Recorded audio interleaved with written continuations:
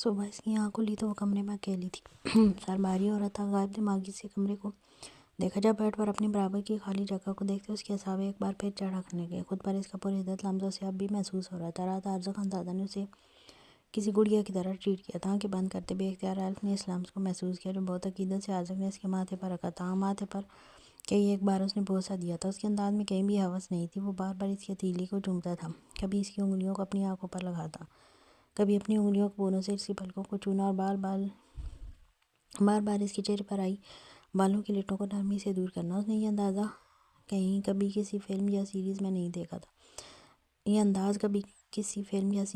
دیکھا تھا۔ وہ کیوں ایسا کر رہا تھا وہ نہیں جانتی تھی، پر اسے معلوم تھا تو صرف اتنا کہ عارضہ خانزادہ کا اس سے محبت صرف ایک فریب تھا، اسے برباد کرنے کے واسطے۔ اور کل کی گزری رات بھی اسی فریب کا ایک دردناک باب۔ اگر عارضہ خانزادہ اس سے محبت کرتا ہوتا اور اس کے لیے مخلص جذبے رکھتا تو یقیناً کل رات اس کے لیے ایک حسین یاد ہوتی، پر اب وہ یادیں اس کے ذہن پر ہتھوڑے کی طرح برس رہی تھیں۔ اس کی آنکھوں سے آنسوں کی لڑی گالوں پر بہنے لگی۔ اس نے اپنے لباس کو دیکھا تو وہ ایک ٹی شرٹ میں ملبوس تھی جو بہت ڈھیلی تھی، یقیناً وہ عارضہ کی تھی۔ آنسو اور تیزی سے رواں ہوئے، بال کندھوں پر بکھ رہے تھے تو کچھ آگے کو ڈھلک رہے تھے۔ جب اچانک کمرے کا دروازہ کھلا، ایلف نے خود سے سر اوپر اٹھایا تو دل کانوں میں دھڑکنے لگا۔ وہ سامنے سفید ٹی شرٹ اور سیاہ ٹراؤزر میں ہاتھوں میں ٹرے پکڑے اندر آ رہا تھا۔ ایلف کو ایک بے اختیار مسکرانے لگا اور دروازہ بند کرتے ٹرے ایلف کے سامنے رکھتے خود بھی ایلف کے سامنے بیٹھ گیا۔ ایلف کی آنکھوں میں آنسو اور خوف دیکھتے عارضہ خانزادہ کی مسکراہٹ سمٹی تھی۔ میں تمہیں اٹھانے ہی والا تھا، ناشتہ کر لو۔ بہت سوچنے کے بعد گہری سانس لیتے کہا، پر ایلف کی جانب سے کوئی جواب نہ آیا تو عارضہ نے نرمی سے اس کے گالوں کو ہاتھ کی پوچھ سے صاف کیا۔ خاص ہو تم میرے لیے، یہ جانتے ہوئے بھی کہ میرے دشمن عزیز کی بہن ہو۔ تم سوچو اب کس درجے پر ہوگی جب میری بیوی ہو۔ عارضہ شاید اس کی سوچ پڑ رہا تھا۔ اچانک ایلف نے بری طرح اس کا ہاتھ جھٹکا اور نفرت سے چہرہ پھیرا تو عارضہ پھیکا سا مسکرایا۔ تم پر نخرے جچتے ہیں، تم میرے سلطنت کی شہزادی ہو، میں تمہارے بھائی کی طرح تمہیں بے مول کر کے خود سے دور نہیں کروں گا۔ یہ کہتے عارضہ خانزادہ انجان تھا کہ اس نے ایلف دلشیر کے دل پر کاری وار کیا تھا۔ وہ کیسے بتاتی اس شخص کو کہ جس کا نام لے کر وہ نفرت کا اظہار کرتا ہے وہ ایلف دلشیر کا پہلا عشق ہے، اس کا بھائی۔ اگر ایلف دلشیر نے زندگی میں کسی سے محبت کی تھی تو وہ اول بران دلشیر اور ریحان اس کے بھائی ہی تھے۔ اس کے بعد کہیں عارضہ خانزادہ آتا تھا۔ اگر عارضہ خانزادہ سچا بھی تھا تو وہ کسی صورت اسے قبول نہیں کر سکتی، یہ جانتے ہوئے بھی کہ وہ اس کے بھائی کی جان کا دشمن ہے۔ ایسے چپ رہو گی تو معاملہ بگڑ جائے گا میری جان۔ دیکھو میں تمہیں منانے خاطر رشوت دینے کے لیے 2 بوٹی بھی لایا ہوں، وہ بھی لیگ پیس۔ عارضہ نے بہت سنجیدگی سے غیر سنجیدہ بات کی تو ایلف نے فوراً نظریں موڑ کر ٹرے میں دیکھا جہاں بوائل ایگ، 1 گلاس دودھ اور 2 کرسپی لیگ پیس تھے۔ نگاہیں ٹرے سے اٹھا کر غصے سے عارضہ کو گھورا۔ میں بھی تو تمہاری رشوت قبول کرتا تھا، تمہیں بھی کرنی چاہیے۔ عارضہ نے شوخی جاری رکھی۔ اس لڑکی کو منانا بھی ایک دل فریب کام تھا۔ مجھے تم ہر وقت پٹر پٹر کرتی اچھی لگتی ہو ایلف، تم جیسے وہاں روب جھاڑتی ہوئی اپنی منمانی کرتی تھی، میں تمہیں اب بھی ویسا ہی دیکھنا چاہتا ہوں۔ تم ویسی ہو جاؤ، یہ میری گزارش ہے۔ زیادہ مشکل نہیں ہوگا، بس گاری تو تبدیل ہوا ہے۔ عارضہ خانزادہ نرمی سے گلاس اٹھاتے دودھ کا گلاس اس کے لبوں سے لگانے لگا۔ ایلف نے گلاس دور کرنا چاہا پر عارضہ نے لبوں سے پیچھے نہ ہٹایا تو مجبوراً اسے پینا پڑا۔ منہ ٹھیک کرو اپنا۔ اس کے ہونٹوں کو نرمی سے ہاتھ کی پوچھ سے صاف کرتے عارضہ نرمی سے بولا تو اچانک ایلف ٹیڑھا مسکرائی۔ ایک شرط پر، ایلف اچانک بولی تو عارضہ گہرا مسکرایا۔ جان بھی مانگو گی تو حاضر ہے، فوراً جواب دیا۔ باران بھائی سے ملوانے لے جج جاؤ۔ اس نے جان بوجھ کر وار کیا تھا، اس کا یہ وار ہرگز خالی نہیں گیا تھا۔ عارضہ کی مسکراہٹ پل میں وحشتناک سختی میں بدل گئی تھی کہ ایلف پر بھر کو سہمی۔ عارضہ پل کر خاموش تھا جب اس سلے میں دروازے پر دستک ہوئی۔ بات مانا، ایلف کو دیکھتے عارضہ نے سختی سے کہا تو ایلف کی ہتھیلیاں نمی سے بھیگنے لگی۔ یوں لگا جیسے شیر کے حلق میں ہاتھ دے دیا ہو۔ سر بڑے سر آئے ہیں غصے میں، آپ کو بلا رہے ہیں، نوکرانی نے پریشانی سے کہا تو عارضہ کھڑا ہوا اور ایک نظر ایلف کو دیکھا۔ مجھے قصہ دلانے کی ناک کوشش کر رہی ہو، ناشتہ کر لینا۔ وہ بہت کچھ جتا گیا تھا، وہ کمرے سے باہر نکل گیا تھا پر ایلف کو الجھ کر دروازے کو دیکھ رہی تھی کہ بڑے سر کون جن سے عارضہ ڈرتا ہے۔ جب ہی فوراً چلا گیا، کیا وہ شخص ایلف کا مددگار ہو سکتا تھا؟ وہ یہی سب سوچ رہی تھی جب نظر ٹرے میں رکھے لیگ پیس پر پڑی تو چور نظروں سے ایک بار دروازے کو دیکھا، پھر کچھ دیر انجان بننے کی کوشش کے بعد ایک لیگ پیس اٹھا کر واپس کمرے کے دروازے کو دیکھا اور پھر کھانے لگی۔ مقابل خوب واقف تھا اس کے کھانے کی روٹین اور پسند سے۔ تھوڑا سا کھانے کے بعد ایلف نے ٹرے سامنے سے کھسکا دی اور بیڈ سے کھڑی ہوئی یہ خیال گزرا کہ کیوں نہ دروازہ کھول کر دیکھے، اگر کھلا ہوا تو بھاگ جائے۔ پھر اچانک چہرے پر درد بھری مسکان نمودار ہوئی۔ اب وہ بھاگ کر کرے گی بھی کیا؟ آہستگی سے آگے بڑھتے اس نے کمرے کا دروازہ کھولا تو کچھ حیرت ہوئی، دروازہ لاک نہیں تھا۔ ایلف آہستگی سے کمرے سے باہر نکلی اور چاروں طرف نظریں دوڑانے لگی۔ جب کچھ دور صفائی میں مشغول ملازمہ فوراً اس کے پاس آئی۔ میم کچھ چاہیے؟ ملازمہ نے مسکرا کر نرمی سے پوچھا۔ عارضہ کا کہاں ہے؟ بہت جھجکتے اس نے پورے اختیار سے عارضہ کا نام لیا۔ وہ بڑے سر سے ایک ضروری بات کر رہے ہیں، اسٹڈی میں۔ ملازمہ نے اس کی ارادے جانب بغیر اطلاع دی تو ایلف مسکرائی۔ ہم سے رہائی کہ عارضہ کا باپ ہی دلواتا۔ اس نے بڑے سر سے یہی گمان کیا تھا کہ وہ عارضہ کا باپ ہی ہوگا۔ اسٹڈی کا کہاں ہے؟ ایلف کے پوچھنے پر ملازمہ کچھ لمحے کشمکش میں رہی، پھر اس بات میں سر لاتے ایلف کو ساتھ چلنے کا اشارہ کیا۔ ایلف اس کی پیروی کرتی راہداری عبور کرتی بائیں جانب بنے کمروں کی طرف ہوئی اور پھر سب سے آخری کمرے کی طرف اشارہ کیا تو ایلف نے مسکرا کر اسے جانے کا اشارہ کیا اور ملازمہ کے وہاں سے ہٹتے ہی اس نے اسٹڈی کے دروازے کے ہینڈل پر ہاتھ رکھ کے گھمایا اور تھوڑا آگے کھسکایا تو دروازہ کھلتا چلا گیا۔ بہت بڑا کمرہ جس کے اندر ایک پوری وال بک شیلف سے کور تھی، درمیان میں بڑی سی ٹیبل اور کرسیاں اور سامنے لگژری صوفہ سیٹ۔ سامنے ہی عازق درمیانی صوفے پر بیٹھا تھا، اس کے ساتھ کوئی دوسرا آدمی بھی تھا جس کی ایلف کی طرف پوچھ تھی۔ ایلف نے قدم آگے بڑھائے تو عارضہ کی نظر اس کی جانب اٹھی۔ اس کے ماتھے پر بال پڑے، وجہ اس کا یہاں آنا نہیں بلکہ اس کا لباس تھا، اس کی بکھری حالت تھی۔ عارضہ کی نظر اپنے پیچھے ٹھہرے دیکھ عارضہ خانزادہ کا چچا بھی پیچھے کو مڑا، پر مڑتے ہی گویا پتھر ہو گیا۔ ایک بے پناہ حسین لڑکی بکھرے بالوں اور عجیب سی حلیے میں سامنے کھڑی تھی۔ وہ اس لڑکی کو یک ٹک گھور رہے تھے، گویا یاد کر رہے ہوں کہ اسے کہاں دیکھا ہے۔ نہ جانے اس کے حسن سے متاثر ہونے کے بجائے اچانک انہیں ایک خوف لاحق ہوا، کیونکہ اس لڑکی کو دیکھ کر کچھ بھی اچانک ان کے دماغ میں نہیں آ رہا تھا۔ وہیں دوسری طرف پتھر تو ایلف دلشیر بھی ہوئی تھی۔ اچانک جسم سے جان نکلتی محسوس ہو رہی تھی، آنکھیں خوف سے سکڑتی اور وجود میں لرزش۔ اس کا بس نہ چلا وہ کہیں چھپ جائے۔ یہ شخص عارضہ خانزادہ کا باپ تھا، اس کے سر پر گویا پورے گھر کی چھت آن گری تھی۔ تھوک نکلتے وہ خوف سے پیچھے قدم لینے لگی جب عارضہ نے اسے پاس آنے کا کہا، پر وہ ہوش میں کب تھی۔ فوراً سے ڈرائنگ روم سے نکلتی وہ بھاگتے ہوئے کمرے میں گئی اور اندر سے دروازہ لاک کر لیا۔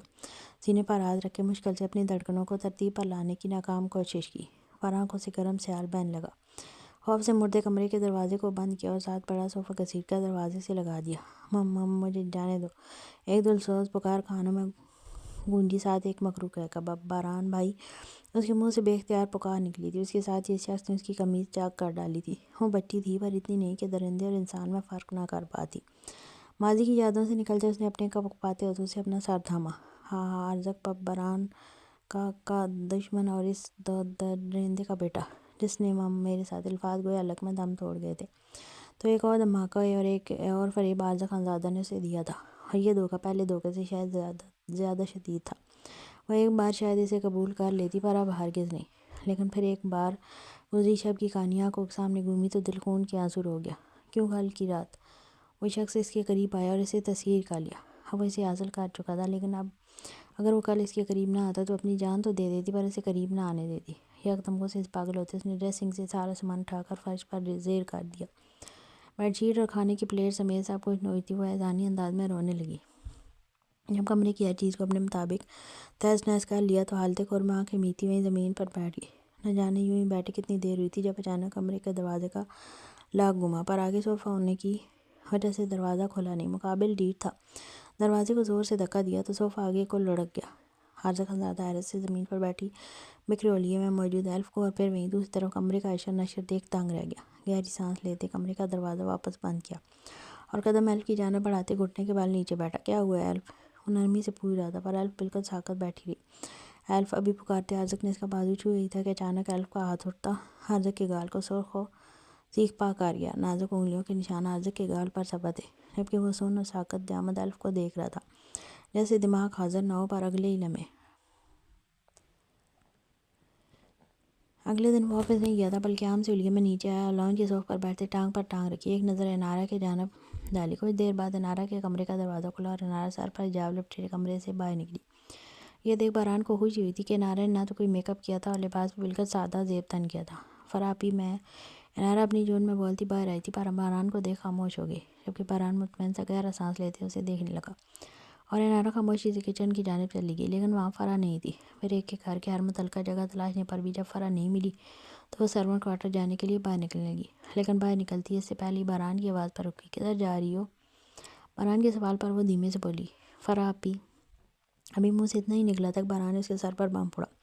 فرح کو دیر ہو رہی تھی، اس نے کہا وہ تمہارا انتظار نہیں کر سکتی اس لیے مارکیٹ چلی گئی ہے۔ باران کا یہ کہنا تھا کہ کچھ پل پہلے انارہ کا کھلتا ہوا چہرہ ایک دم مرجھا گیا۔ وہ بنا کچھ بولے کمرے میں چلی گئی۔ باران کو اس کی خاموشی چبھی تھی، وہ سخت جھنجھلاہٹ کا شکار ہوا تھا۔ اس لڑکی کی ہر ایک ادا ہتھیار تھی، یقیناً کسی نے باران دلشیر کو شدت سے بد دعا دی تھی جب بھی وہ انارا سے شدید قسم کی محبت میں مبتلا ہوا تھا، یہی وجہ تھی کہ چاہنے کے باوجود اسے اذیت نہیں پہنچا پا رہا تھا۔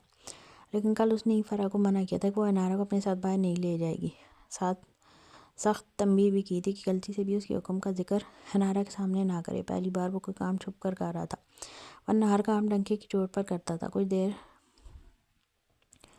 بے چینی سے بیٹھنے کے بعد وہ انارا کے کمرے کی طرف گیا اور ہمیشہ کی طرح بغیر دستک کے کمرے میں داخل ہو گیا۔ وہ بیڈ پر ایک کونے میں بیٹھی یقیناً افسردہ تھی۔ حجاب بیڈ پر پڑا تھا۔ تیار ہو جاؤ، 5 منٹ میں ہم شاپنگ پر جا رہے ہیں۔ ماران حکم صادر کرتا پلٹنے لگا کہ اچانک انارا کی غصے بھری آواز کان سے ٹکرائی۔ نہیں جانا آپ کے ساتھ، وہ شدید غصے سے کہہ رہی تھی۔ ماران نے بغور اسے دیکھا، پھر سر لہجے میں دوبارہ گویا ہوا۔ لگتا ہے چونٹی کے پر نکل رہے ہیں، پر تم بھول رہی ہو تم چونٹی نہیں لٹل ریبٹ ہو، اور ریبٹ کے پر بھی ہوں وہ تب بھی نہیں اڑ سکتا۔ اوکے پنک ریبٹ، باران نے سر لہجے میں جلدایا تو انارا پہلو بدلنے لگی، پھر چور نظروں سے باران کو دیکھا۔ فرح کو آپ نے بھگایا ہے؟ وہ جیسے بات کی گہرائی تک پہنچی تھی، اس کی باریک بینی پر باران گہرا مسکرایا۔ میرے ساتھ جانے میں کوئی مسئلہ؟ آپ کے وہ سینے پر ہاتھ باندھے پوچھ رہا تھا، یا پھر فرح کے ساتھ بازار کے بہانے کہیں اور گھومنے کی خواہش تھی؟ سوال نہیں گویا ایٹم بم تھا۔ انارا فوراً کھڑی ہوئی۔ بھلا اس جلاد کو کیسے پتہ چلا کہ وہ دونوں وہاں گول گپے، بن کباب اور چاٹ کھانے والے تھے، وہ بھی فرح کے پیسوں سے؟ نہیں تو ہم تو کہیں نہیں جانے والے تھے، نہ ہم نے کچھ کھانے والے تھے۔ فرح آپی نے کہا تھا کہ گول گپے اچھے ہوتے ہیں پب پر، میں نے کبھی کھائے ہی نہیں نا، اس لیے مجھے کیا پتہ کیسے ہوتے ہیں، میں تو منع کر دیا۔ باران نے بروچ کھاتے اسے سخت نظروں سے گھورا تھا۔ انارا مجرموں کی طرح سر جھکا گئی۔ میں تیار ہو کر آتی ہوں۔ وہ جو دوپٹہ سکارف وغیرہ سب نوچ چکی تھی، واپس باران کے سامنے ہی جھجکتے ہوئے سر پر لپیٹنے لگی۔ باران خاموشی چیزیں کمرے سے باہر نکل گیا تو وہ بھی باران کے نکلنے کچھ دیر بعد کمرے سے باہر نکل گئی۔ باران ویسے ہی رف سے الیم بیٹھا صوفے پر کسی فون پر گفتگو میں مصروف تھا۔ جب انارا باہر آئی، وہ انارا کو دیکھتے کھڑا ہوا اور باہر نکل گیا۔ گاڑی کی فرنٹ سیٹ انارا کے لیے کھولتا وہ انارا کے بیٹھتے ہی ڈور بند کر چکا تھا۔ پھر خود ڈرائیونگ سیٹ پر بیٹھتے ایک نظر انارا کو دیکھا، جس کا منہ تھوڑا تھوڑا پھولا ہوا تھا۔ پھر مسکرا کر سر جھٹکا اور گاڑی سٹارٹ کی۔ پیچھے ایک گارڈز کی گاڑی ان کے پیچھے تھی۔ یہ گارڈز انارا کی سیفٹی کے لیے تھے۔ کچھ دیر کے سفر کے بعد گاڑی شاپنگ مال کے وسیع پارکنگ ایریا میں رکی، پر عجیب بات یہ تھی کہ پارکنگ میں کوئی دوسری گاڑی موجود نہیں تھی۔ انارا جمال کی پارکنگ میں گاڑی رکتے دیکھ یہ سوچ کر پریشان تھی کہ لوگوں کے رش سے خود کو کیسے بچائے گی۔ اس سچویشن کو دیکھ دل بلیوں اچھلنے کا۔ وہ خوشی سے خود ہی گاڑی کا دروازہ کھول کر باہر نکلی۔ ماران اس کی اس قدر پھرتی پر خائف ہوا تھا، اتنا تو اسے سمجھ آ رہا تھا کہ اس کا نمونہ ریبٹ اب سمجھدار ہو رہا ہے۔ وہ انارا کے پیچھے گاڑی سے اترا۔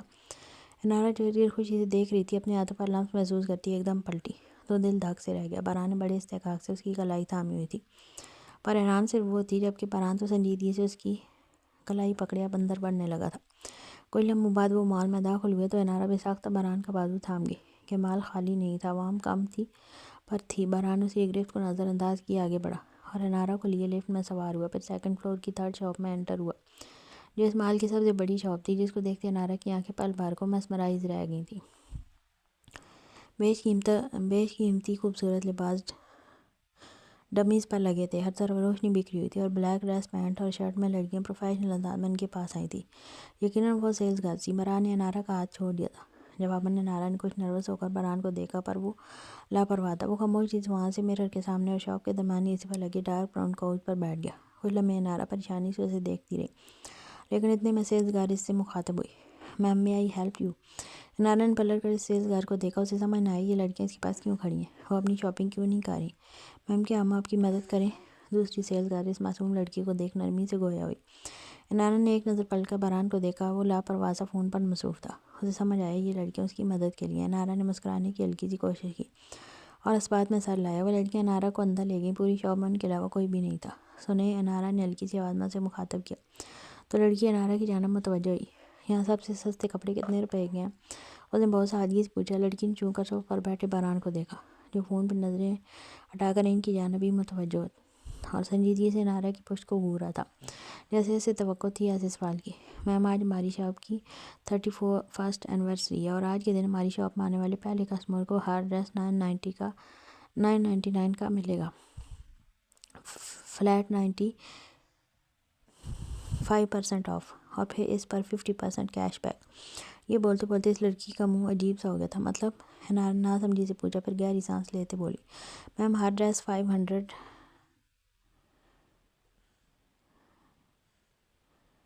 مطلب 500 روپے کا ہے۔ یہ سننے کی دیتی انارا کی آنکھیں حیرت اور خوشی سے پھیل گئیں۔ اس کے بعد انارا نے دوبارہ باران کی جانب نہیں دیکھا، بلکہ سیلز گرل کے ساتھ وہ اپنے لیے ڈریسز چننے لگی۔ فرحان ہونٹوں پر ہاتھوں کی مٹھی رکھے انارا کو ہی دیکھ رہا تھا۔ وہ سیلفش لڑکی اتنی مصروف تھی کہ ایک بار بھی فرحان سے مشورہ نہیں لیا تھا، جبکہ انارا کے چہرے پر ایک الوئی سی خوشی دیکھتے اس کا دل عجیب سکون محسوس کر رہا تھا۔ کچھ وقت بعد انارا نے 8 سوٹ اپنے لیے پسند کیے۔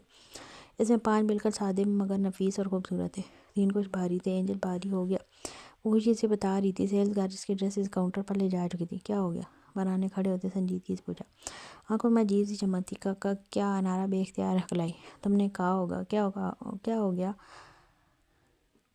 شرارت سے لب دبائے پوچھا تو انارا نے شرمندہ نگاہ اٹھا کر اسے دیکھا، پھر کاؤنٹر کی طرف اشارہ کیا۔ بارانہ سر لاتا اس کے ساتھ کاؤنٹر کے پاس آیا اور اپنا کارڈ سویپ کیا۔ بیگز انارا کے ہاتھ میں دیتے ہوئے سیلز گرل نے نہایت نزاکت سے بل کھاتے ایک شاپنگ بیگ باران کے ہاتھ میں دیا۔ سر، یہ اتنی ساری شاپنگ کرنے پر ہماری طرف سے گفٹ ڈریس میم کے لیے۔ یہ سننے کی دیر تھی انارا کی آنکھیں مزید چمک گئیں۔ باران خاموشی سے بیگ انارا کے ہاتھ سے لے کر شاپ سے باہر نکلا۔ انارا نے تو اس کی پسند پوچھنا بھی گوارا نہیں کیا تھا، لیکن اس کے باوجود اسے انارا کے لیے بلیک 1 پیس گاؤن پسند آیا تھا جو اس نے بطور گفٹ خرید لیا تھا، جو گفٹ کی صورت میں انارا کو ملا تھا۔ مال سے باہر نکلتے گاڑی کی پچھلی سیٹ پر انارا کا سامان رکھتے انارا کے لیے دروازہ کھولا اور خود ڈرائیونگ سیٹ پر سوار ہوا۔ گاڑی سٹارٹ کرتے اس نے کچھ سوچتے انارا کی طرف 1000 کا کڑک نوٹ بڑھایا۔ تمہارے 5000 میں سے صرف یہی بچے ہیں۔ وہ صبح شاپنگ پر جانے سے پہلے ہی انارا سے 5000 واپس لے چکا تھا۔ اسے یقین تھا کیش کاؤنٹر پر انارا اپنا نوٹ ہی آگے بڑھائے گی۔ تھینک یو اینجل باری نوٹ پکڑتے وہ خوشی سے پھولے نہ سمانے والے انداز میں بولی۔ گول گپے کھاؤ گی؟ باران نے پیشکش کی تھی جس پر انارا نے فوراً اسپاز میں سر لایا۔ گاڑی ایک ریسٹورانٹ کے آگے کھڑی ہوئی۔ کچھ لمحے بعد ہی باران کی طرف کا شیشہ ناک ہوا اور باہر ایک ویٹر نے اندر گول گپوں سے بھری پلیٹ بڑھائی۔ باران نے وہ پلیٹ انارا کی جانب بڑھا دی۔ باران نے اسے گول گپے کھانے کا طریقہ بتایا۔ انارا بار بار کے میٹھی چٹنی ڈالتے گول گپے کھانے میں مگن تھی، جبکہ باران اسے یک ٹک دیکھ رہا تھا۔ اچانک دل عجیب ہونے لگا تھا۔ اسے کبھی نہیں لگا تھا وہ اپنے ماضی میں کیے ہر عمل پر اتنا اور بے تحاشا پچھتائے گا۔ وہ اب ہر اس لمحے کو پچھتانے لگا جب کوئی لڑکی اس کے بستر پر اس کے آرام سکون کا باعث بنی تھی۔ صرف یہی ایک پھانسی جو اسے انارا سے دور کر رہی تھی۔ ایک طرف وہ تھی پاکیزہ اور معصوم لڑکی، دوسری طرف وہ تھا دنیا جان کے گند میں ڈوبا ہوا شخص۔ اگر یہ ایک پہلو اس کا صاف ہوتا تو وہ اس بات کا ادراک ہوتی ہی کہ وہ اس کے بغیر ایک پل بھی نہیں رہ سکتا، انارا سے نکاح کر لیتا۔ گہری نظروں سے انارا کو دیکھتے وہ ماضی کے لمحات کھنگالنے لگا تو ہر طرف سے اسے کوسا گیا، دھتکارا گیا۔ یقیناً اگر انارا اس کی حقیقت جان جاتی تو اس سے نفرت کرتی، اسے دھتکار دیتی، پر وہ اس کی محبت کو بھی تو یوں عروج پکڑنے نہیں دے سکتا تھا۔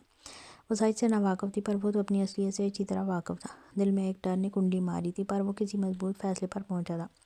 جو فیصلہ اس کی زندگی میں یقیناً کچھ وقت کے لیے زہر بھرتا پھر سب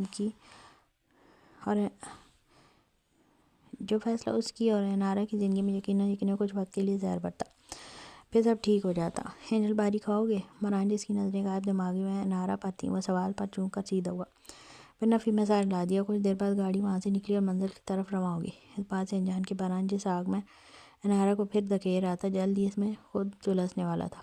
رکشے میں بیٹھی بار بار اپنے آنسو صاف کرتی وہ رکشے والے کو اور تیز ڈرائیونگ کرنے کا کہہ رہی تھی، اپنے ارد گرد سرجائی کا لمس محسوس کرتی اور کانوں میں مہ ملکی کھلکھلاہٹیں اس کے قدم ڈگمگانے لگے تھے، پر اب مزید وہ خود کو بے مول نہیں کر سکتی تھی۔ وہ کسی پر اعتبار نہیں کرے گی۔ اس نے خود سے وعدہ کیا تھا کسی دوسرے شہر جائے گی، اپنی پہچان بدلے گی، خود کمائے گی، روکی سوکی صحیح پر عزت کی کھائے گی۔ رکشہ چلتے آدھا گھنٹہ ہوا تھا کہ اچانک رکشہ جھٹکے سے رکا۔ درمیش نے وجہ پوچھتے جوں ہی سر اٹھایا، دل داغ سے رہ گیا۔ سامنے زاویار خانزادہ کی گاڑی کھڑی تھی۔ اتنی بری قسمت نہیں ہو سکتی میری۔ سانس روکتی وہ خود ہی رکشے سے نیچے اتری تاکہ کوئی تماشا نہ ہو۔ گاڑی سے اترتے زاویار کے ایکسپریشن چٹان کی طرح سخت تھے۔ بنا زرمش کی جانب دیکھے رکشے والے کو 1000 کا نوٹ دیتے اس نے زرمش کا ہاتھ پکڑا اور تقریباً پٹکنے کے انداز میں اسے گاڑی کی فرنٹ سیٹ پر دھکیلا۔ زرمش کا دل زاویار کے خطرناک تاثرات دیکھ بند ہونے لگا تھا۔ سمجھ نہیں آ رہا تھا کہ کیا کرے کیا نہیں۔ زاویار میں گھر جانے کے خیال سے اس کے تصور میں وہ وقت آن ٹھہرا جب اسی طرح بھاگنے پر ظالمانہ اسے بے تحاشا مار کر ادھیڑ کر رکھ دیا تھا۔ اس کے پتھریلے چٹانوں سے سفاک تاثرات دیکھ کر یوں گمان ہوا جیسے گھر جا کر زاویار بھی اسے بہت زیادہ مارے گا۔ اسی خوف تلے زاویار کو پکارتے کچھ کہنا چاہا، پر اگلے ہی لمحے زاویار کی دھڑ پر وہ دروازے سے لگتی اپنے رونے کی آواز دبانے لگی۔ Shut up! زاویار اس قدر بری طرح دھاڑا تھا کہ زاویار کا چہرہ مکمل سرخ ہوتا تپ اٹھا تھا۔ ظاہر سے اپنے لیے اللہ سے مدد مانگتی وہ واپس اسی قید خانے میں پہنچ چکی تھی۔ گاڑی سے اتر کر تیزی سے زاویار نے زرمش کی جانب کا دروازہ کھولا اور اسے بازو سے دبوچ کر کھینچتے ہوئے زرمش کو باہر نکالا اور پھر اسی طرح کھینچتے ہوئے اپنے ساتھ اندر لے گیا۔ لاؤنج میں ہی محمل رو رہی تھی، لیکن زاویار کے ساتھ زرمش کو دیکھ کے ایک دم ٹھیک موم۔ زرمش نے محمل کی جانب ہاتھ کیا، پر زاویار اس کی پکار پر رکے بغیر زرمش کو اپنے کمرے میں لے گیا اور جھٹکے سے زمین پر تقریباً پٹکا۔ آہ!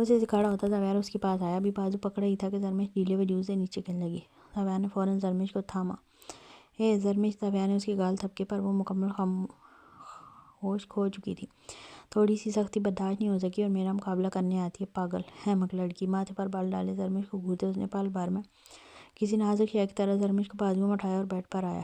زرمش کو بیڈ پر لٹاتے تکیہ درست کیا اور بیڈ کی دوسری جانب کروٹ کر کے لیٹ گیا۔ فی الحال وہ زرمش کی جانب دیکھنا بھی نہیں چاہتا تھا۔ رحم میری چھوٹی سی گڑیا، طبیعت کیسی ہے؟ وہ رحم کے کمرے میں آئے تو رحم کی چارپائی پر بکھری کتابیں دیکھ گہرا مسکرایا۔ ٹھیک ہوں بابا، وہ مسکرا کر بولی۔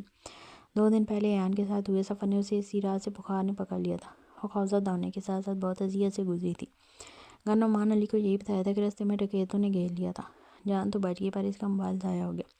وہ انہیں یہ نہیں بتا پائی کہ اس کے چہیتے مالک نے اسے اندھیری رات میں بلا وجہ گاڑی سے باہر سڑک پر تن تنہا مرنے کے لیے چھوڑ دیا تھا۔ وہ گھر آ تو گئی تھی مگر ان گنڈوں کا اور پھر ایان دلشیر کی وحشت کا خوف اس قدر دل میں بیٹھا کہ اس کے بعد بخار میں بھنکتے اسے کچھ ہوش نہیں تھا کہ 2 دن کیسے گزرے۔ پر ان 2 دنوں میں ایک چیز جو اسے یاد تھی وہ ایان دلشیر تھا۔ عجیب شخص تھا، کبھی موم سا نرم تو کبھی لاوے سا گرم۔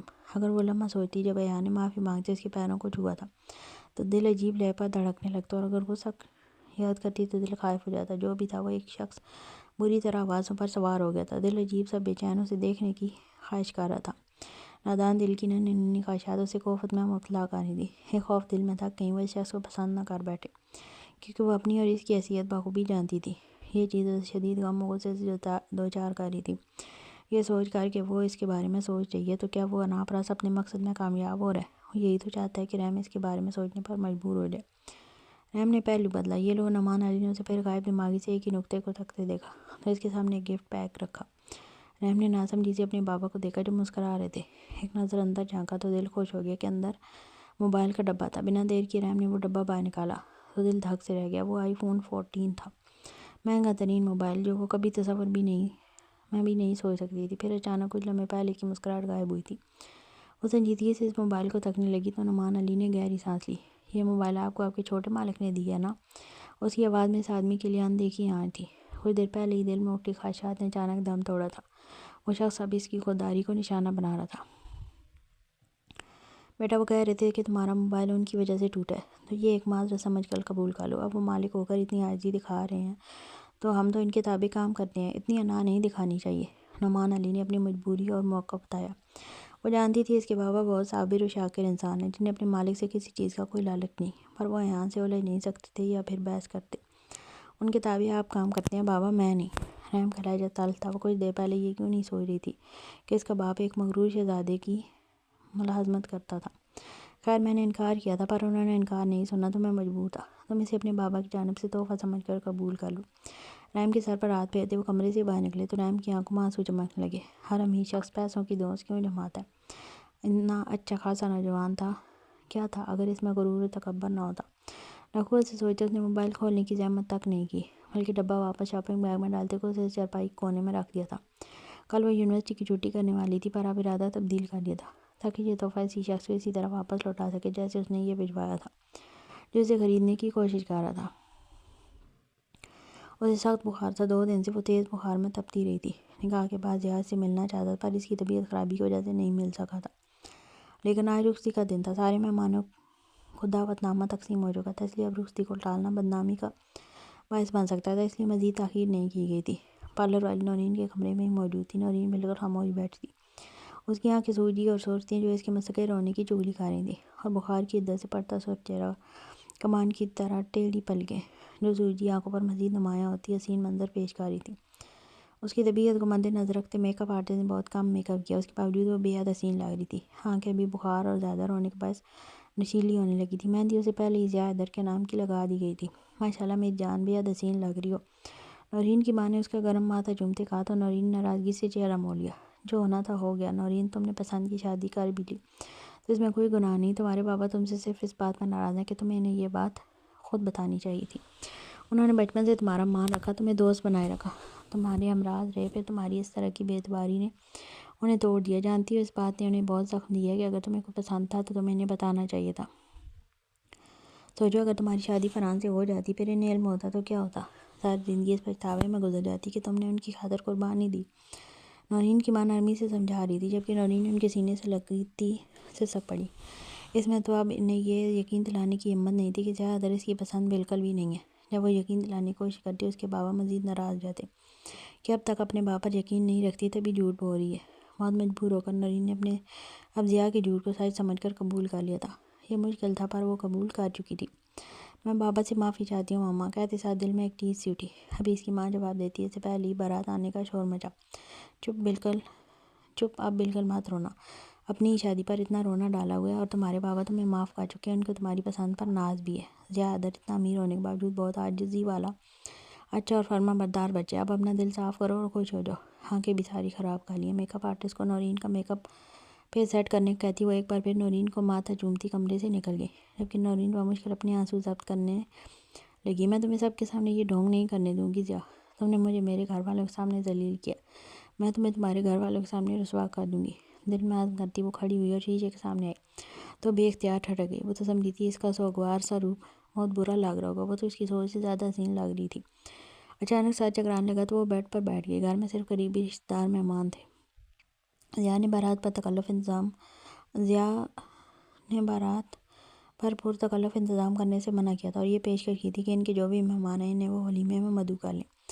ضیا کے ساتھ اس کی گاڑی میں ایان، ضیا اور زین آئے تھے۔ ایک گاڑی ان کی گاڑی کے آگے تھی جس میں ضیا کے ماں باپ اور پھپھو اور ان کی 2 بیٹیاں تھیں، اور دولہے کی گاڑی کے پیچھے ایک گاڑی ضیا کے قریبی عزیزوں کی تھی۔ ان 2 دنوں میں بہت مشکل سے ضیادت صاحب نے اپنی بیوی کو راضی کیا تھا۔ ضیا بے حد خوش تھا۔ اپنی خوابگاہ کو اس نے خود سجایا تھا۔ اسے یقین تھا وہ جلد نورین کی ساری غلط فہمی دور کر دے گا۔ اسے خود کو اور اس محبت کے احساس کو سمجھنے کے لیے جتنا وقت درکار ہوگا وہ دے گا۔ اپنی ماں عالیہ بیگم کی مان جانے کی خوشی بھی بے حد تھی۔ گاڑی نورین کے گھر کے باہر رکی تو باہر ہی استقبال کے لیے پھولوں سے ایک راہداری بنائی گئی تھی، جس کے اطراف میں خاندان کے کم عمر لڑکے لڑکیاں پھولوں کی تشت لیے کھڑے تھے۔ بہت زیادہ اونچی جگہ شادی نہیں کر رہا آپ کا بیٹا حیدر صاحب، اس سے زیادہ اچھا علاقہ شاید نہیں ملا تھا۔ عالیہ بیگم نے حیدر علی کی طرف جھکتے استزادیہ کہا تو وہ سختی سے ٹوک گئے۔ احتیاط کریے گا بیگم، اپنے خیالات اپنے دل میں رکھیں، کسی کے سامنے آپ کے منہ سے ایسی بات نہ نکلے جس سے ماحول میں خرابی یا تناؤ پیدا ہو، نہیں تو انجام کی ذمہ دار آپ خود ہوں گی۔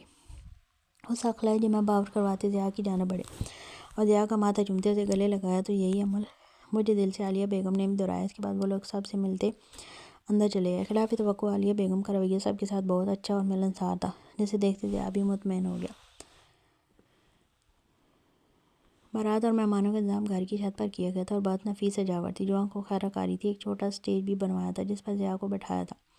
نورین کا باپ مسلسل ضیا کو کسی نہ کسی سے ملوا رہا تھا، جبکہ ضیا کی ماں عالیہ بیگم کی نرمی دیکھ کے ایک خدشہ جو ان سب کو لاحق تھا وہ بھی دور ہو گیا تھا کہ عالیہ بیگم بھی خوش نظر آ رہی تھی اور اچھے مزاج کی تھی۔ کچھ دیر میل ملاقات کے بعد عالیہ بیگم نے نورین کو دیکھنے کی خواہش ظاہر کی تو نورین کی ماں انہیں نورین کے کمرے کے باہر چھوڑ گئی۔ نورین خاموش سی بیڈ پر بیٹھی تھی۔ جب کمرے میں آہٹ محسوس کرتے نظر اوپر اٹھائی تو سامنے موجود ہستی کو پہچاننے میں چند لمحے لگے۔ سیاہ سلک کی ساڑی میں ماڈرن پلس حسین خاتون جن کے نقش و حو ضیا جیسے تھے، وہ یقیناً ضیا کی ماں تھی۔ اسے پہچاننے میں دیر نہ لگی۔ خوبصورت تو ہو تم، بغیر سلام دعا کے بغیر کوئی دعا کے وہ ٹانگ پر ٹانگ رکھتے نورین کے سامنے بیٹھی تو نورین کو ان کا لہجہ طنزیہ اور حقارت بھر لگا۔ پر تمہارے چہرے پر یہ سوگواریت کیوں ہے؟ تم جو حاصل کرنا چاہتی تھی وہ تو حاصل کر چکی ہو نا؟ مسکرا کر کاٹ دار لہجے میں کہا تو بے اختیار نورین مسکرائی۔ یعنی ضیا حیدر نے اس جیسی مڈل کلاس لڑکیوں کو اپنا کر اپنے گھر والوں سے دشمنی مول لی تھی۔ آپ کے بیٹے نے مجھے کوئی لالچ نہیں، میں تو اسے پسند تک نہیں کرتی، سخت زہر لگتا ہے وہ مجھے، نفرت ہے مجھے اس کے نام سے بھی۔ کجا کے دولت کے حصول کے لیے اسے شادی کرتی۔ مجھ پر طنز کے تیر چلانے سے پہلے ایک مرتبہ اپنے بیٹے سے پوچھا ہوتا کہ میرے حصول کے لیے اس نے کیا کیا غلیظ سازشیں کی ہیں۔ وہ نفرت انگیز لہجے میں بولی، میں اپنے بیٹے کی طرح تمہاری مکار باتوں میں ہرگز نہیں ہوں گی، مگر تم سے مجھے ہمدردی ضرور ہے، اس لیے بس اتنا بتا دوں کہ تم اپنی اس خوشی پر جشن مت منانا، کیونکہ میں اپنے بیٹے کی فطرت سے اچھی طرح واقف ہوں۔ وہ کسی ایک ہی لڑکی پر اکتفا نہیں کر سکتا، ہر ماہ اس کی ایک نئی گرل فرینڈ ہوتی ہے، مستقل مزاج نہیں ہے وہ، زیادہ دیر وہ ایک ٹیسٹ پر نہیں رہ سکتا۔ پر خیر کچھ مہینے بھی تمہارے ساتھ رہا تو تمہیں تو اچھا خاصا فائدہ ہی ہوگا، بالآخر بہت موٹی رقم حق مہر میں لکھوائی ہے۔ ہنستے ہوئے اٹھ کھڑی ہوئی تھی جب نورین کا چہرہ جو پہلے ہی سرخ تھا وہ ذلت کے احساس سے مزید لال بھبوکا ہو چکا تھا۔ بائی دا وے میرے بیٹے کی اب تک بہت گرل فرینڈز رہ چکی ہیں، پر تم لکی ہو کہ اس نے فزیکل ریلیشن کے لیے پہلی لڑکی تمہیں چنا ہے۔ پہلی ہو اس لیے شاید جلدی دل نہ بھرے، 1 مہینہ تو وقت گزار ہی لے گا تمہارے ساتھ۔ کمرے سے نکلتے نکلتے بھی وہ اس کی سماعتوں میں زہر انڈیلنا نہیں بھولی تھی۔ نورین نے ان کے جاتے ہی اپنے ہاتھوں سے پھولوں کے گجے نوچ کے دور پھینک دے۔ اس کا سر اچانک درد سے پھٹنے لگا تھا اسے اپنا جسم صرف ایک کھلونے کی مانند لگنے لگا تھا۔ اب تک جو بھی ہو چکا تھا، جو بھی اس شخص نے اسے حاصل کرنے کو کیا تھا، اس سب میں سے اب تک ایک بات مثبت لگی تھی، وہ صرف یہ تھی کہ زیادہ سے سچی محبت کرتا تھا۔ لیکن آج اس کی ماں ذوالنورین سلطان کا یہ برم بھی بری طرح توڑتے چکنا چور کر گئی تھی۔ در سے سر پھٹتے، سر کو بمشکل تھامتی وہ ذکر الہی کرنے لگی تھی، کیونکہ فی الوقت صرف ایک یہی چیز اسے سکون دیتی تھی۔ بے شک تمام راستے بند ہونے کے بعد بھی ایک راستہ کھلا رہتا ہے اور وہ دعا کا ہوتا ہے۔ بے شک گاڑی فوج میں رکی تو انارہ دروازہ کھولتے ایک سائڈ سے باہر نکلی۔ گاڑی کا پچھلا دروازہ کھولتے وہ اپنی شاپنگ بیگز اٹھاتے اندر بھاگی، جبکہ باران اس کی ان حرکتوں پر ہنس بھی نہیں سکا۔ لب بینچے وہاں کھڑا معاملے کی گہرائی کو سوچنے لگا۔ کچھ سوچتے فون جیب سے نکالا اور ایک نمبر ڈائل کیا۔ یہ نمبر ڈائل کرتے نہ جانے کی اس کے ہاتھوں میں واضح لرزش تھی۔ اچانک دل احتجاج کرنے لگا کہ یہ اس کے خود کے ساتھ اور اب اس سے جڑی اس چھوٹی سی جان کے ساتھ ظلم ہے۔ ایسا جبر کرتے اس کی روح کو کچھ کھو دینے کا خوف شدت سے ستا رہا تھا، لیکن اپنے دل کو پس سے پوچھ ڈالتے فون اس نے کان سے لگایا۔ کچھ رنگ کے بعد فون اٹھا لیا گیا تھا۔ سلام صاحب، کہ یہ کیسے یاد کیا؟ فون سے کسی عورت کی کرخت اور پکی آواز ابھری۔ شمسہ بائی کو یاسین دوشیزہ آج رات کے لیے بھیج دو۔ وہ بولتے بولتے لب بھیج گیا تھا۔ نہ جانے کتنی آرام راتیں اسے یاد آئی تھی۔ دل کو جیسے کسی نے پتھر تلے کچلا، مگر وہ دل کی نہ سننے کی ٹھان بیٹھا تھا، یہ جاننے بغیر کہ اپنے اس مقصد میں منہ کے بل گرے گا۔ خیریت باران سیٹھ صاحب؟ بانو بھائی کے کوٹھے کی جگہ آج یہاں دستک کیسے؟ ویسے بانو بھائی کے کوٹھے پر بھی نیا مال اترا ہے، وہ تنزیہ بولی۔ خبر آگ کی طرح پھیلی تھی کہ بانو بھائی کے کوٹھے کی لڑکی باران سیٹھ کو مار کر بھاگی ہے۔ ٹھیک ہے، وہیں سے آ جائے گی پھر۔ وہ سے باران فون رکھنے لگا جب وہ فوراً خوش آمد پر آئی۔ ارے سیٹھ صاحب، مذاق کر رہی تھی، فکر مت کرو، ایک بہت مست مال ہے، دل خوش ہو جائے گا آپ کا، خوش کر دے گی آپ کو۔ وہ چاپلوسی سے بولی۔ ٹھیک ہے، رات میرا بندہ آئے گا، بھیج دینا، رقم لڑکی کے ساتھ پہنچ جائے گی۔ کہتے ساتھ باران نے رابطہ منقطع کر دیا اور دل میں اٹھتے وبال کو دبایا۔ وہ برا تھا تو اس سے برا ہی رہنا تھا۔ اس نے اب تک جیسی زندگی گزاری تھی آگے بھی ویسے ہی گزارنی تھی۔ بیچ کے یہ چند ماہ اسے اپنی زندگی سے اسکپ کرنے تھے۔ زریماں سے اس نے لڑکی اس لیے نہیں منگوائی کہ کہیں اس کی نظر انارہ پر پڑ جائے اور انارہ سے پہچان کر زریماں سے رابطہ بحال کرے۔ یوں بھی وہ زریماں کی خراب نیت سے واقف تھا۔ ابھی وہ انی سوچوں میں گم تھا جب اچانک کوئی اس کے بازو سے لگا۔ چہرہ موڑ کر دیکھا تو وقت ٹھہر سا گیا۔ منہ پر ہاتھ رکھے وہ بے یقینی کے عالم میں یک ٹک ایلف کو دیکھ رہا تھا، جبکہ ایلف کی آنکھوں میں اس بار غصے کے شعلے اور نفرت کی آگ بھڑک رہی تھی۔ حضرت اس کے بھائی کا دشمن ہے، یہ وہ قبول کر سکتی تھی، پر وہ اس کے گنہگار کا خون ہے، وہ یہ ہرگز برداشت نہیں کر سکتی تھی۔ یکدم حضرت کو زور سے پیچھے دھکیلتے وہ کھڑی ہوئی تھی۔ اس کا ارادہ خود کو واش روم میں بند کرنے کا تھا، پر اس سے پہلے اس کا ہاتھ حضرت کی جارحانہ گرفت میں جکڑا گیا تھا۔ اسے ایک جھٹکے سے اپنے سامنے کھینچتے اپنے مقابل کیا اور مٹھی میں سختی سے اس کا منہ دبوچا۔ تم نے مجھ پر ہاتھ اٹھایا ایلف، تم نے مجھ پر ہاتھ کیسے اٹھایا؟ وہ بری طرح دھاڑا تو اتنا تیز آواز سے وہ آنکھیں میچی۔ آنکھیں کھولو، مجھے جواب چاہیے ایلف، تمہاری جرأت کیسے ہوئی مجھ پر ہاتھ اٹھانے کی؟ وہ دیوانہ وار چیخ رہا تھا۔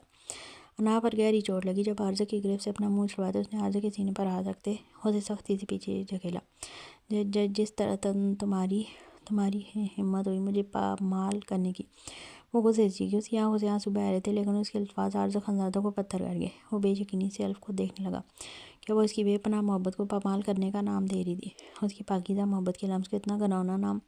ایلف، تمہارا تھپڑ برداشت کر گیا ہوں، پر تمہارے الفاظ نو، میری جان، نیور، ہرگز برداشت نہیں کروں گا۔ انگلی اٹھاتے اس نے تیش کی شدت سے کہا تو ایلف روتے ہوئے ہنسی۔ کیا کرو گے؟ مارو گے؟